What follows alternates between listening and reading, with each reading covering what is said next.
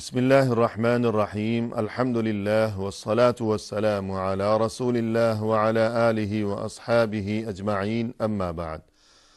ناظرین کرام السلام علیکم ورحمۃ اللہ وبرکاتہ۔ شرح الادب المفرد کے عنوان سے اس پروگرام کے ہمراہ ہم آپ کی خدمت میں حاضر ہیں، اور آج کی اس ملاقات میں ہم آغاز کر رہے ہیں امام بخاری رحمہ اللہ کی یہ کتاب کے جس کا نام ہے الادب المفرد۔ اس میں باب نمبر 66 کہ جس کا عنوان قائم فرمایا ہے امام بخاری رحمہ اللہ نے، فرمایا کہ باب لا یؤذی جارہ، یعنی انسان کے لیے کسی صورت یہ بات جائز نہیں ہے کہ وہ اپنے پڑوسی کو کسی قسم کی اذیت پہنچایا کرے۔ پڑوسی کو ستانا، اذیت پہنچانا اور اسے تکلیف پہنچانا دینی تعلیمات کی روح سے یہ کسی صورت کسی انسان کے لیے جائز نہیں ہے اور روا نہیں ہے۔ یہاں ناظرین کرام اس عنوان کے تحت ہمارے سامنے حدیث ہے کہ جس کا نمبر ہے 119۔ فرمایا امام بخاری رحمہ اللہ نے، عن ابی ہریرہ رضی اللہ عنہ قال قیل للنبی صلی اللہ علیہ وسلم یا رسول اللہ إن فلانة تقوم الليل وتصوم النهار وتفعل وتصدق وتؤذي جيرانها بلسانها، فقال رسول الله صلى الله عليه وسلم لا خير فيها هي من أهل النار، قالوا وفلانة تصلي المكتوبة وتصدق بأثوار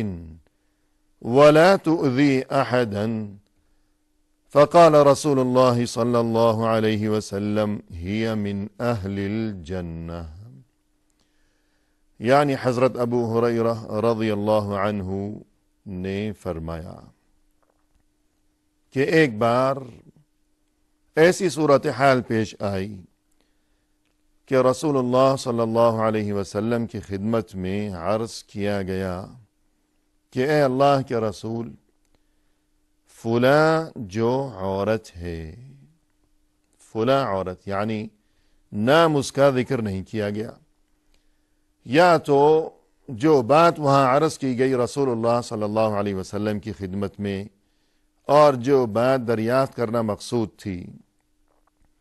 تو اس موقع پر انہی لوگوں نے کہ جو یہ بات وہاں دریافت کر رہے تھے رسول صلی اللہ علیہ وسلم سے،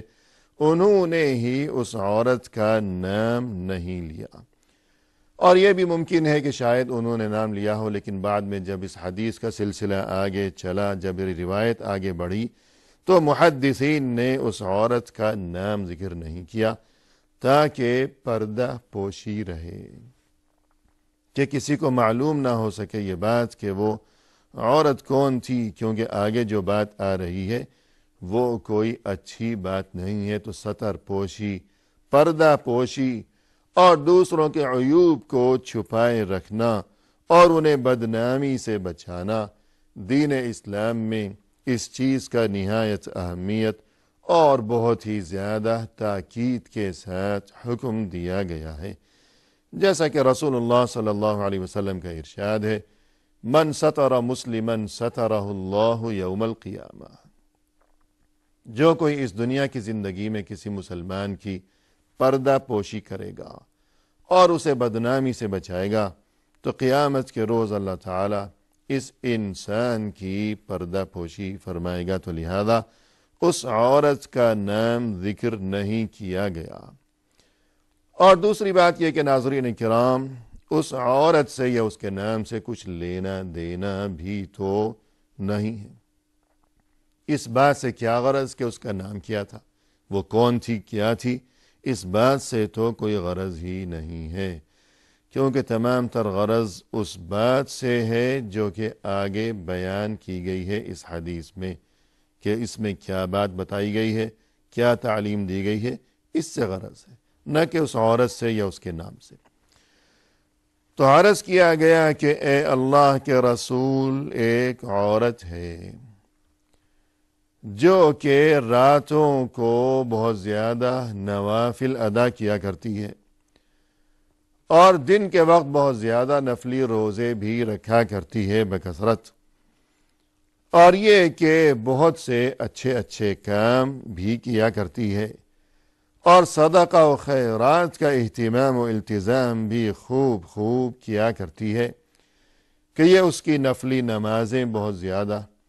تہجد پڑھتی ہے بہت زیادہ، نفلی روزے بھی رکھا کرتی ہے بہت زیادہ،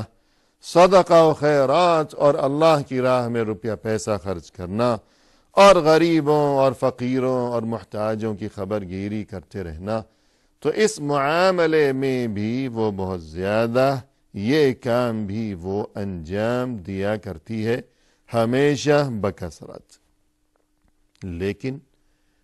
وَتُؤْذِي جِيرَانَهَا بِلِسَانِهَا، اپنے پڑوسیوں کو اپنی زبان سے اذیت پہنچاتی ہے، زبان سے وہ ستاتی ہے اپنے پڑوسیوں کو۔ تو یہ بات سننے کے بعد رسول اللہ صلی اللہ علیہ وسلم نے فرمایا کہ لا خیر فیہا ہی من اہل النار، کہ اس عورت میں کوئی خیر نہیں ہے، کوئی بھلائی نہیں ہے اس عورت میں، اور یہ کہ یہ تو جہنم والوں میں سے ہے، من اہل النار، آگ والوں میں سے ہے، یہ تو جہنمی عورت ہے۔ اور پھر اس کے بعد عرض کیا گیا کہ ایک عورت ہے جو کہ نماز پڑھتی ہے لیکن صرف فرض نماز، تصلی المکتوبہ، صرف فرض نماز کے زیادہ نوافل اور سنتیں وغیرہ نہیں پڑھتی، اور یہ کہ صدقہ و خیرات تو کرتی ہے لیکن بہت ہی معمولی، اسوار، اور دیگر روایات میں ہے کہ اسوار من عقط، یعنی خشک دودھ کے چھوٹے چھوٹے ٹکڑے، یا پنیر، یعنی بالکل معمولی سی چیز صدقہ کر دی کبھی کبھی، ورنہ یہ کہ زیادہ اس معاملے میں بھی، یعنی صدقہ و خیرات کے معاملے میں بھی کوئی بہت زیادہ وہ اس کے معاملات نہیں ہیں، بس کبھی صدقہ کر دیا کچھ، اور وہ بھی معمولی سی چیز۔ لیکن یہ کہ وَلَا تُؤْذِي أَحَدًا، کسی کو تکلیف نہیں پہنچاتی۔ فقال رسول اللہ صلی اللہ علیہ وسلم ہی من اہل الجنہ، رسول اللہ صلی اللہ علیہ وسلم نے اس کے بارے میں لوگوں کی زبانی یہ بات سننے کے بعد یوں ارشاد فرمایا کہ وہ جنتی ہے، جنت والوں میں سے ہے۔ تو دیکھ لیجئے ناظرین کرام، وہ پہلی عورت کہ جو بہت زیادہ نفلی عبادت کہ رات کو تہجد گزار ہے، اور دن میں وہ بہت زیادہ نفلی روزے بھی رکھا کرتی ہے، اور صدقہ و خیرات کے معاملات ہیں بہت زیادہ بڑھ چڑھ کر کے، بڑی شہرت ہے اس معاملے میں، لیکن پڑوسیوں کو تکلیف پہنچایا کرتی ہے۔ اور کس چیز سے تکلیف پہنچاتی ہے؟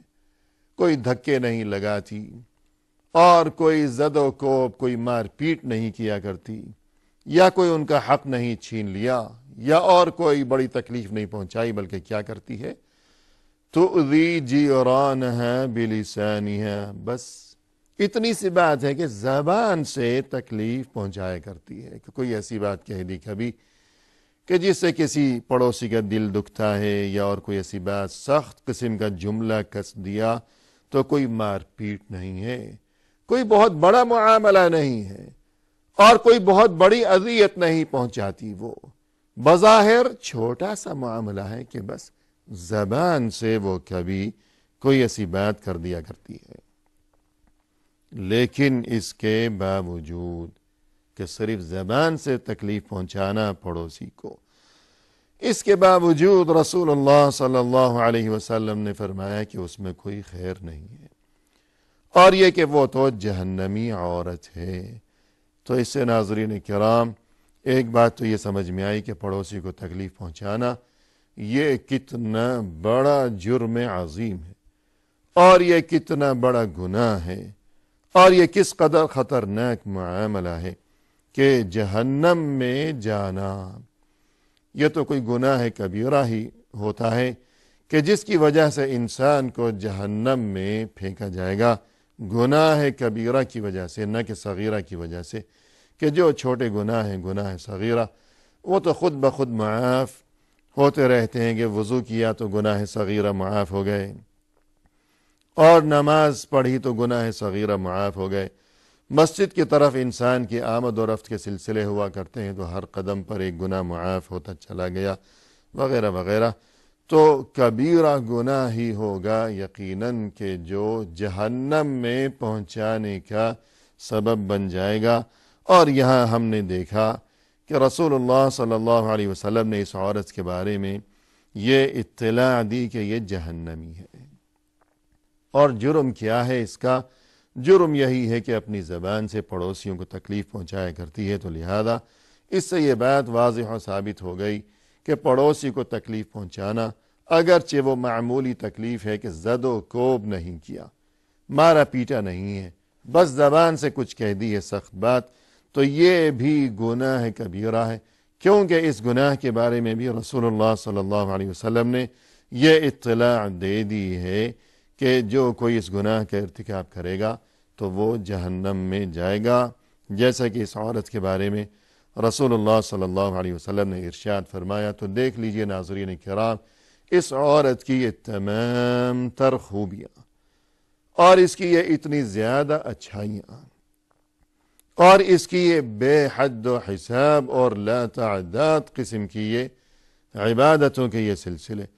کہ یہ تہجد گزاریاں اور یہ اس کے نوافل اور یہ اس کے نفلی روزے ہیں بے حساب، اور صدقہ و خیرات ہے بہت زیادہ. تو اس کی مثال تو وہی ہو گئی کہ جس طرح رسول اللہ صلی اللہ علیہ وسلم نے ایک موقع پر اپنے صحابہ کرام کو مخاطب کرتے ہوئے ارشاد فرمائے کہ اتدرون من المفلس، یعنی کیا تم جانتے ہو کہ مفلس کون ہے؟